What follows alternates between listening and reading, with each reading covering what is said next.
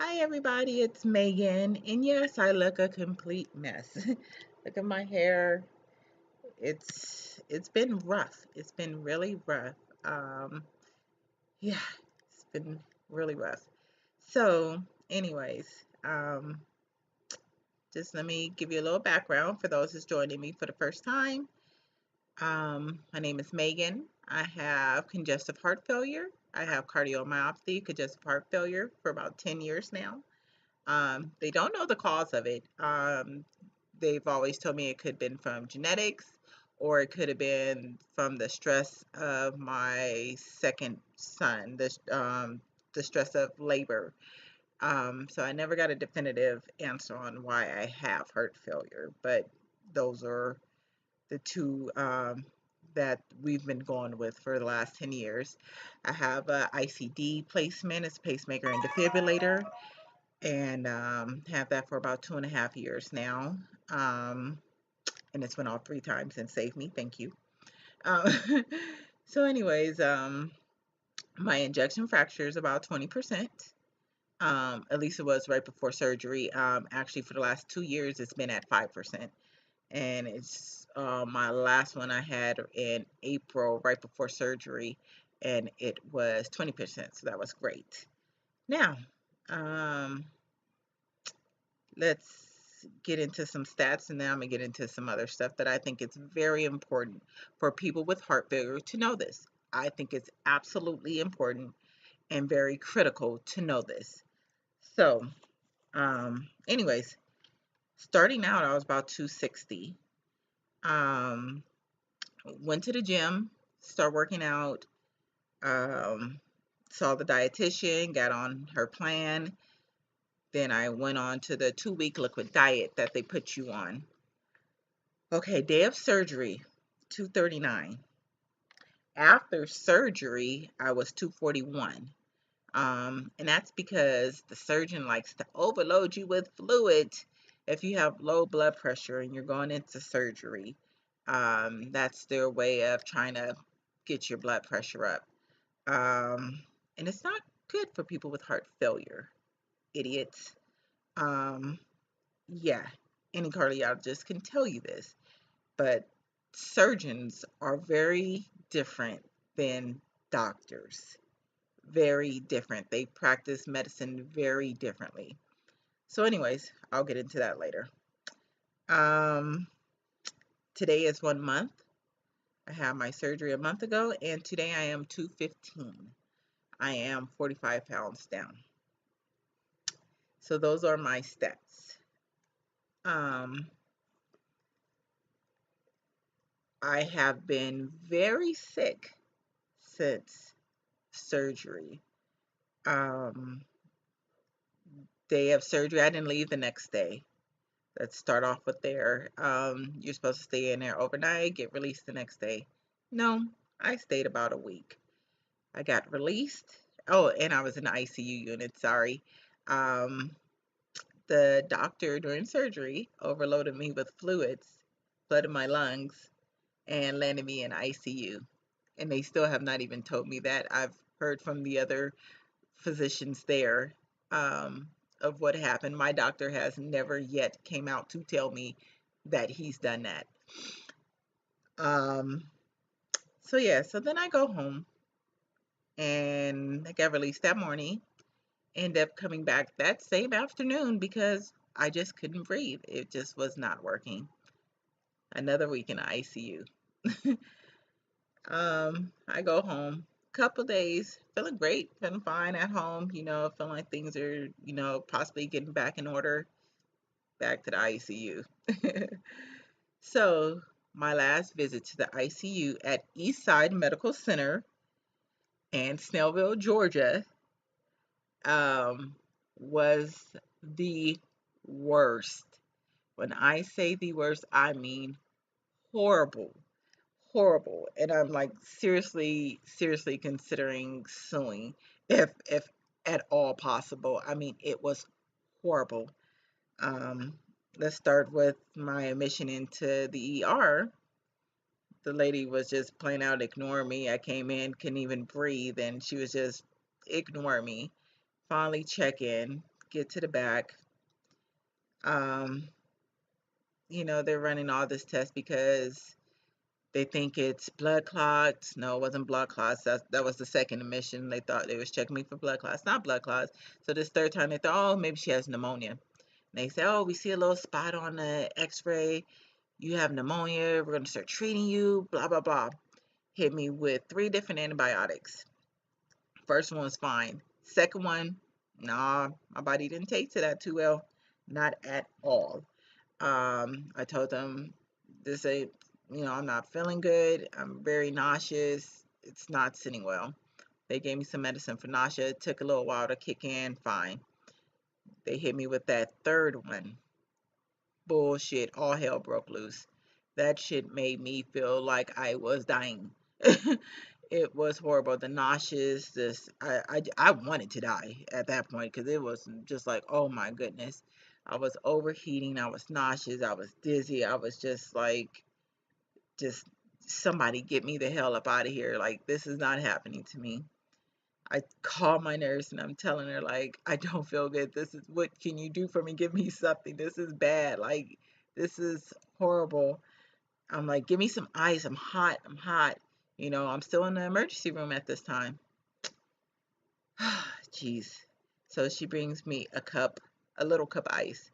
I throw it into the barf bag I had an extra one of, and I just start, putting it all over my body.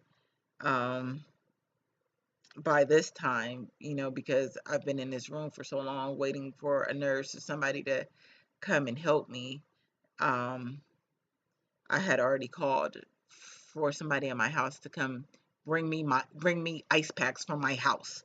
Like, get up here now. Like, I'm gonna die in this hospital.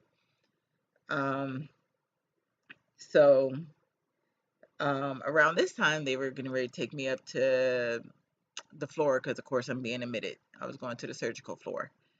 Get upstairs and they're like, oh no, no, we're not taking her. A nurse didn't come in today. Send her back to the ER. Excuse me? So okay, so me and the transporter turned around, went back downstairs and had to explain it to the emergency room people that I need to stay in this room because they didn't want me upstairs. Great service, East Side. Great service. Um, so about an hour and a half later or so, they tell me, hey, you can come back upstairs now. Okay. So we go upstairs. They give me a room. Um, and I'm sorry, I got my ice packs. Sorry. Got my ice packs. So, I've got these ice packs now from home, not from Eastside Medical. Eastside Medical didn't really care about me there. Got my ice packs and I got them loaded on my chest, my backs. I got them everywhere. Transporter drops me off in the room. I'm still, trying to cool down my body and get this nauseous feeling off me. Like, I just felt like death. I felt bad. The transporter even felt sorry for me. And nobody, don't get a welcome. Hi, I'm your nurse. I'm your tech. Nobody comes into the room.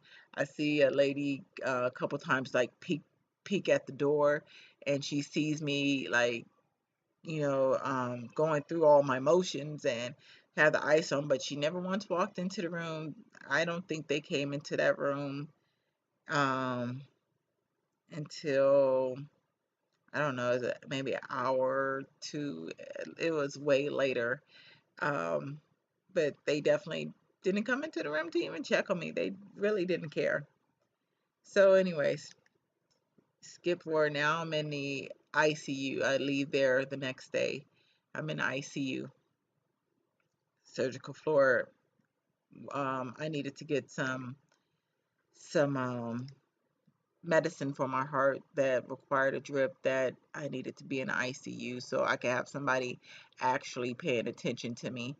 Um, and that's why you go to the ICU. So I'm in the ICU. Nobody's paying attention to me. Nobody.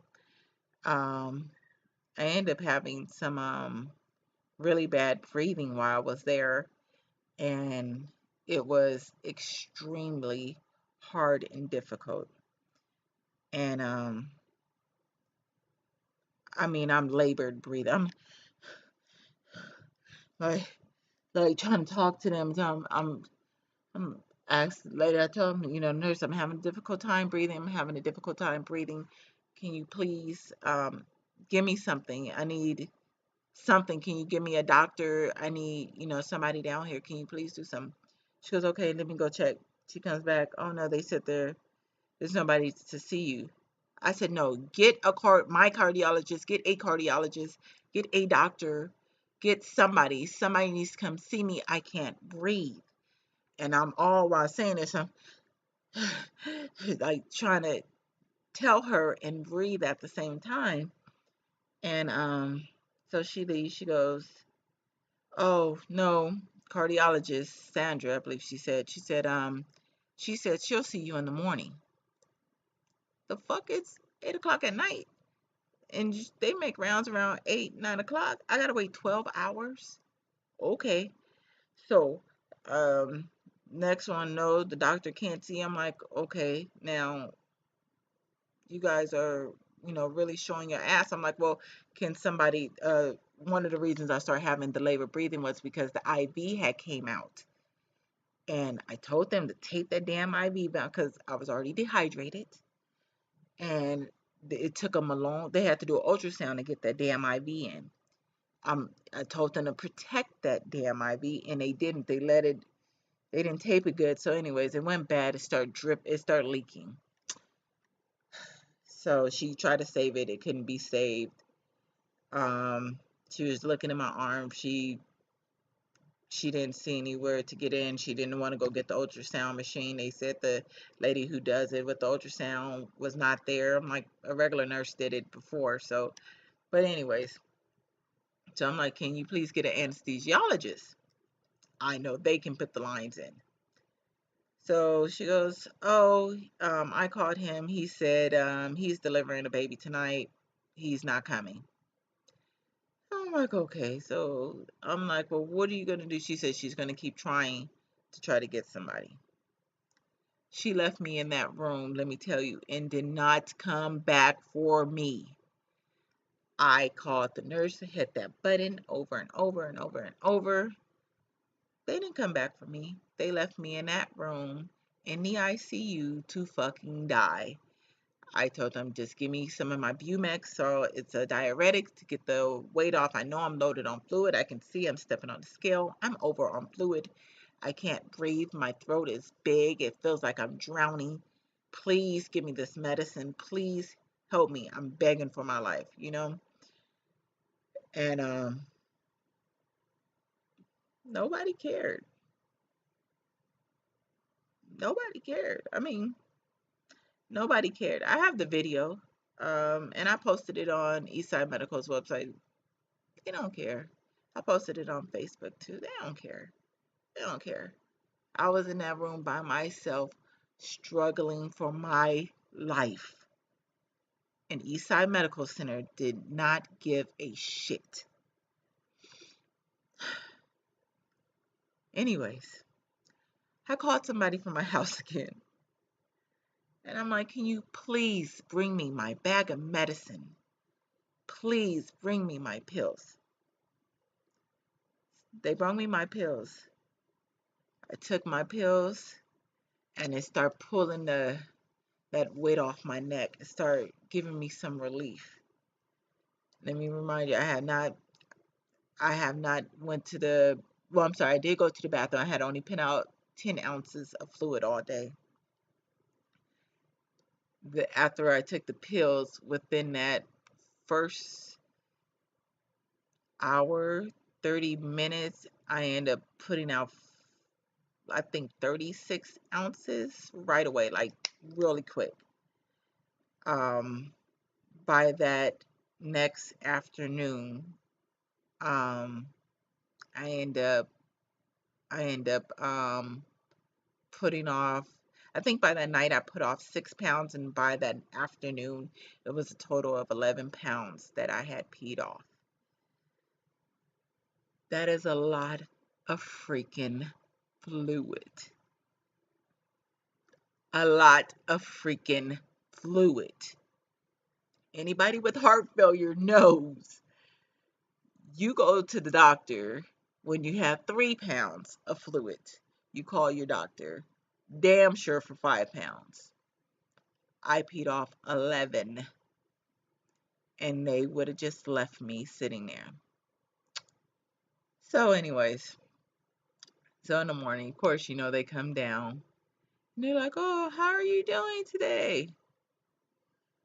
Are you serious? Are you serious? And I told them exactly how I felt. Um, but anyways, off of Eastside Medical's horrible service and care. Um, my my biggest point I would like for somebody to get from this is bariatric surgery for a heart patient is very dangerous. And I don't believe it's helpful like they like to tell you it's helpful. I'm only a month out right now, but it has not helped me so far. It's made it worse. And this is coming from my own cardiologist that I just saw yesterday, and they want to reevaluate me for heart transplant. Um, it is, I say it's not worth it. I say look into other methods, other alternatives than the bariatric surgery. Um, and another thing with the bariatric surgery, like I said, I'm a month out now. I still can't even eat regular food. Chicken, for some reason, one thing. I don't care how it's prepared. It does not sit right with my stomach and I throw it up. Um, the hunger pains are so strong.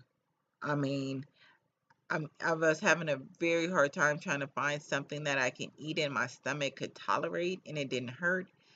I found crab legs and I was like, oh my God, I can eat crab legs. And I actually got full for the first time. And I was like, oh my goodness, this is so good. Like, I'm actually full. I was so happy. I had this big smile on my face. Like, I haven't eaten, in weeks. Tried it the second day. And while I'm eating it, I get this hunger pain. I mean, it comes on strong, like in your gut, like, oh my God, like you're just dying. And I couldn't even eat my food because the pain was like so strong. So I had to stop. And I did it a couple more times and it keeps doing it. So I'm not really sure what's going on. I talked to the nutritionist. She said that sometimes the hunger, pain, and your thirst get crossed up. So maybe that I'm thirsty, I'm dehydrated, which is, very possible because with the diuretics, along with just the amount of fluid that you're taking in now, it's hard to balance. You got to kind of stay hydrated, and it's really hard to do. So, yeah, um, it's been a complete struggle. Just days that I'm trying to get my breathing right and just being able to breathe and talk like this, I'm not like this all the time. This is good right here. Look at me. I look a complete mess. And this is good. This is good. And so could you imagine what I look like? A mess. I mean, just a bad day. A bad day. And I almost recorded one of my bad days, but I just said, I I couldn't. It's you can't pick yourself up. It's hard. I have 4 kids, 14, 10, 4, and 2. Okay, this is the whole reason I did this surgery because I'm like, I gotta do something to help my heart. I gotta prolong my life. I need to be here for my kids. My kids don't have anybody but me. you know. So I make my household stick together. I am the glue in my family. I am what makes this house go. So I'm trying to be here for my family. And right now, I can't even get up to do some dishes. You know, it's hard. It's very hard. So please, people with heart failure, please just, please, please, please, um, talk to your doctors more. Look and research. Because I swear my doctors are all, oh yeah, it's going to benefit your heart. You losing this weight and blah, blah, blah. And now after surgery, you're like, oh yeah, most heart patients after they have surgery, it it hurts them because they overload fluid. Like you should have gave me this piece of information before surgery. And I just felt like, they showed me what they wanted to show me, and the rest of it was like, okay, you know. So, anyways, I feel like I talk too much, but I feel like I got a lot of information out there, and then I feel like I really haven't told you everything that I really wanted to. Um, if you have any questions, you write me, ask me. I have no problem with letting you know. Um, Now, as far I know, people like to know where I've lost weight. I've actually lost weight in my stomach. I felt like I've lost some weight up here in my chest, a little out of my legs and my hands, and and arms and stuff, just a little, pretty much all over. But my stomach has went down significantly, and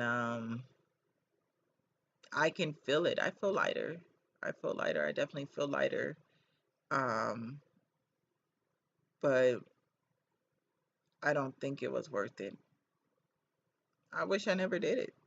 I do. Um, the fact that it made my heart failure worse, and just the surgery alone, just how we're eating afterwards and just tolerating food and that pain, those first couple weeks, horrible, horrible, horrible, horrible, horrible pain when you drink.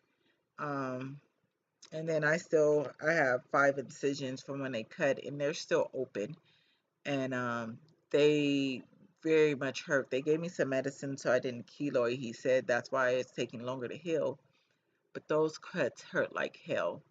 Now, when I got home, I didn't take those pain medications, but they give me like Oxy or some shit. Um, I'm not a big pain medicine type of person.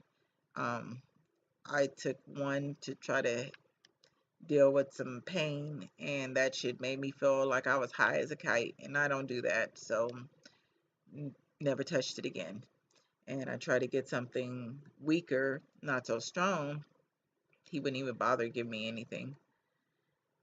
But anyways, if you have any questions, hopefully my next video I won't look so bad. He told me in 6 months everything should, kind of level out and be good. We'll see. I don't know. Um, right now I still just have lots of regret. I mean, I went into the office today to do my weigh-in and I cried. I did. I cried on the lady's shoulder. It's stressful. You don't even know. It's like I'm sick as hell and it's hard. It's hard. Like I have 4 babies, 4 kids that I need to take care of, and I'm just trying to fight for my life, and it's hard. People don't know. It's hard. They see a smiley face on Facebook and think, "Oh, everything's good." No, it's hard. My life is hard. There's nothing easy about it. I have a list of things I need to do. List of things, and I can't even get to it, you know? I need to email stuff to my insurance agent so he can send me a check, and I haven't even did it. I mean, it's weeks and I haven't did it. And I don't even know if I'm going to do it. I'm tired. And when you're tired and you really don't have help, I don't have any family out here. I'm in Georgia and my family is all in California. So it's hard, it's hard when you're doing this by yourself. My kids, my girl's father is here, but he's no help. He, he helps out with the girls, and he definitely helps me. He was the one bringing me the medicine and the ice packs at the hospital. Um, but as far as getting through this mentally and physically, like just talking about things, he's not the person to sit down and chit chat with. He's like, he's just goofy. He's not the person that's gonna take care of, oh, you need to go read these letters that's coming in the mail and take care of business. He's not that type. I run my household. But anyways, a little bit more information than you probably care for. Um, like I said, subscribe to me, like the video, write me if you have any questions. Happy to reply. Have a great day.